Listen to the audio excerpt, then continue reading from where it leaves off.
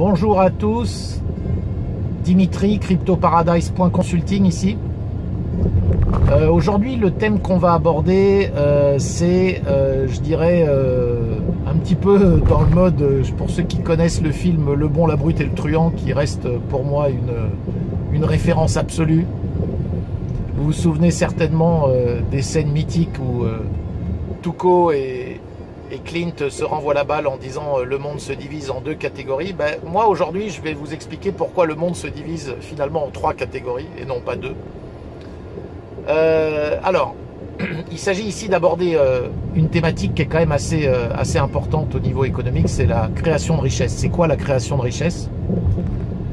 Donc on commence par ça. La création de richesse, c'est la capacité de créer un produit ou un service, ou de transformer un produit, donc ce qui va engendrer des coûts, et c'est la capacité de trouver des clients qui vont les payer à un prix qu'ils acceptent de payer de manière volontaire, évidemment plus élevé que les coûts engendrés par le produit. Alors ça c'est je dirais, ce que devrait être la création de richesse. On verra dans d'autres vidéos comment aujourd'hui on s'en éloigne, puisqu'on a énormément d'entreprises sur le marché, notamment cotées d'ailleurs très très cher. Prenons seulement les exemples de Uber ou de Tesla, où on n'a pas du tout de création de richesse dans la définition que je viens de donner, et pourtant on a bien l'impression que si. Bon, ça c'est un autre sujet. Donc création de richesse, on a bien compris, c'est être capable de mettre une marge finalement sur un produit.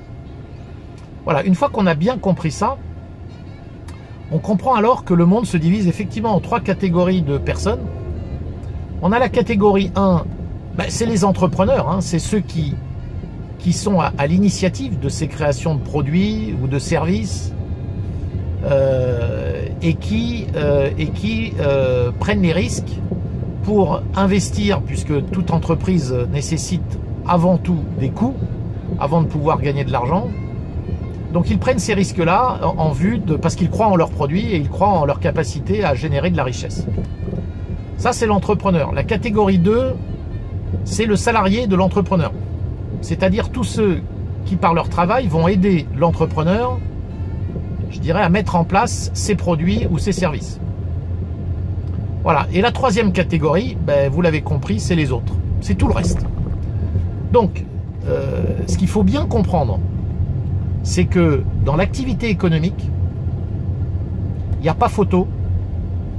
Les seuls créateurs de richesse, c'est les catégories 1 et 2.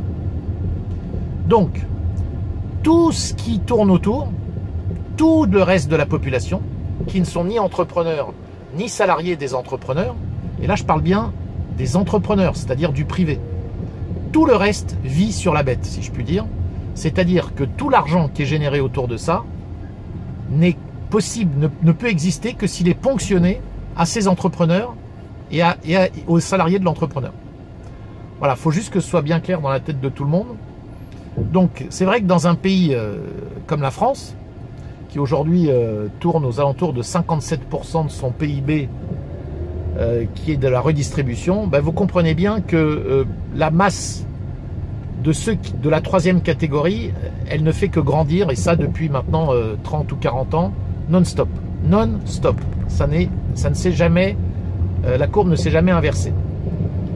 Donc ça, c'est une situation évidemment très dangereuse, parce que plus vous ponctionnez, plus vous pesez sur les entrepreneurs, évidemment, plus ils ont tendance à se réduire comme peau de chagrin. Voilà l'objet d'une autre vidéo.